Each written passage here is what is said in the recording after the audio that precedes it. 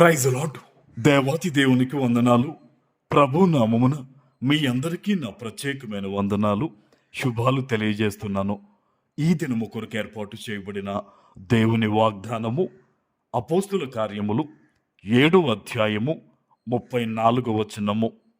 ఐగుప్తులోనున్న నా ప్రజల దురవస్థను నేను నిదానించి చూచి తిని, వారి మూలుగు వింటిని, వారిని విడిపించుటకు దిగువచ్చియున్నాను. దేవుని నామానికి మహిమ కలుగునుగాక. ఈ ఉదయకాల సమయంలో సర్వ సృష్టికర్త అయిన నీ తండ్రి నిన్ను ఆశీర్వదించి గొప్ప వాగ్దానాన్ని నీకు అందిస్తూ ఉన్నారు. హల్లెలూయా. ఈరోజు ఐగుప్తులో ఏదైతే దురావస్థలో నీవు ఉన్నావో, ఐగుప్తు అంటే లోకానికి సాదృశ్యము. ఈ లోకములో ఏ భయంకరమైన ఇబ్బందుల్లో నువ్వు ఉన్నావో, సమస్యలతో నలిగిపోతూ ఉన్నావో, భయంకరంగా క్షీణించిపోతూ ఉన్నావో, నీకొక శుభవార్త ఏంటో తెలుసా? దేవుడు నిన్ను నిదానించి ఆయన చూశారట. హల్లెలూయా. ఈరోజు ఈ వాగ్దానాన్ని వింటూ ఉన్నావు కదా, నీతో నీ తండ్రి మాట్లాడుతున్న మాట, నీ పరిస్థితిని దేవుడు నిదానించి చూశారట. హల్లెలూయా. మనుషులు నిన్ను విడిచిపెట్టి ఉండొచ్చు, నీ రక్త సంబంధికులే నిన్ను త్రోసివేసి ఉండొచ్చు, ఎవ్వరూ నీకు సహాయం చేసేవారు, నిన్ను సపోర్ట్ చేసేవారు లేకపోయి ఉండొచ్చు. కానీ ఈరోజు దేవుడు నీతో మాట్లాడుతున్న మాట, ఆయన నీ కష్టాన్ని చూసి ఇదిగో నిన్ను పరిశీలించారట. ఏవే విషయాల్లో నీవు బాధపడుతూ ఉన్నావో దేవుడు నీ మీద దృష్టి ఉంచారట. ఆమెన్. ఆయన ఏమంటున్నారో చూడండి, నేను వారి మూలుగును వింటిని. నువ్వు బాధపడుతున్నావు, దుఃఖములో ఉన్నావు, కన్నీరు కారుస్తూ ఉన్నావు, నన్ను ఈ పరిస్థితుల నుంచి లేవనెత్తు ప్రభువా, విడిపించు ప్రభువా అని నువ్వు దేవుని సన్నిధిలో ప్రార్థిస్తున్నావు కదా, నీ మూలుగును దేవుడు విన్నారంట. కొన్నిసార్లు ప్రార్థన కూడా రాక నీలో నువ్వే అలా కూర్చుని దుఃఖపడుతున్నావు కదా, నీ మూలుగు ఎవరు విన్నారో తెలుసా? దేవుడు విన్నాడు. మనుషులు ఒకవేళ విన్నా సరే వాళ్ళు సహాయం చేయగలిగుండినా చేయకపోవచ్చు, కొంతమంది చేయలేని పరిస్థితుల్లో ఉండొచ్చు.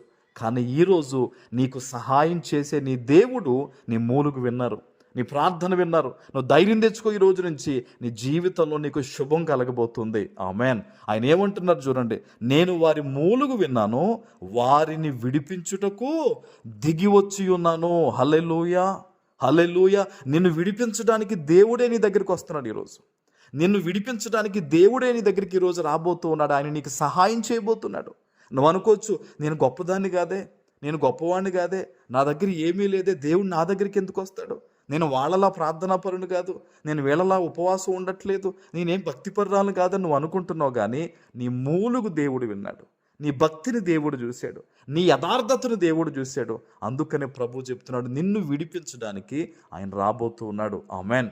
ఈరోజు ఎక్కడి నుంచి, ఎటువంటి పరిస్థితుల మధ్య నువ్వు దేవుని వాగ్దానాన్ని వింటూ ఉన్నావో, సేవకునిగా చెప్తున్నాను, మోకరించి ఈ వాగ్దానం ఎత్తిపెట్టి ప్రార్థన చేయి. ప్రభువా, నేనున్నది ఈ దురావస్థ నువ్వు చూసావు, నా మూలుగు నువ్వు విన్నావు, నన్ను విడిపించడానికి నువ్వు వస్తాన్నావు. ప్రభువా, ఇదిగో నేనే నీకు ఆలయం కనుక నాలో నీకు వ్యతిరేకమైన దాన్ని ఈరోజు విడిచిపెడుతున్నాను, నన్ను నేను శుభ్రం చేసుకుంటున్నాను. ప్రభువా, నాలోకి రండి నాయన, నా స్థితిగతుల్లోనికి రండి ప్రభువా అని ఈరోజు ఈ వాగ్దానం ఎత్తిపెట్టి నువ్వు ప్రార్థన చేస్తే, సర్వ సృష్టిని సృజించిన దేవుడు నీ వద్దకు వచ్చి నీ జీవితంలో కీడంతటిని తొలగించి సంతోషకరమైన నవ్వుని దేవుడు నీకు ఇవ్వబోతూ ఉన్నారు.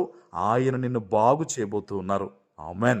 ప్రార్థన చేసుకుందాం. పరిశుద్ధుడా, ప్రేమ కలిగిన తండ్రి, మీకు వందనాలు.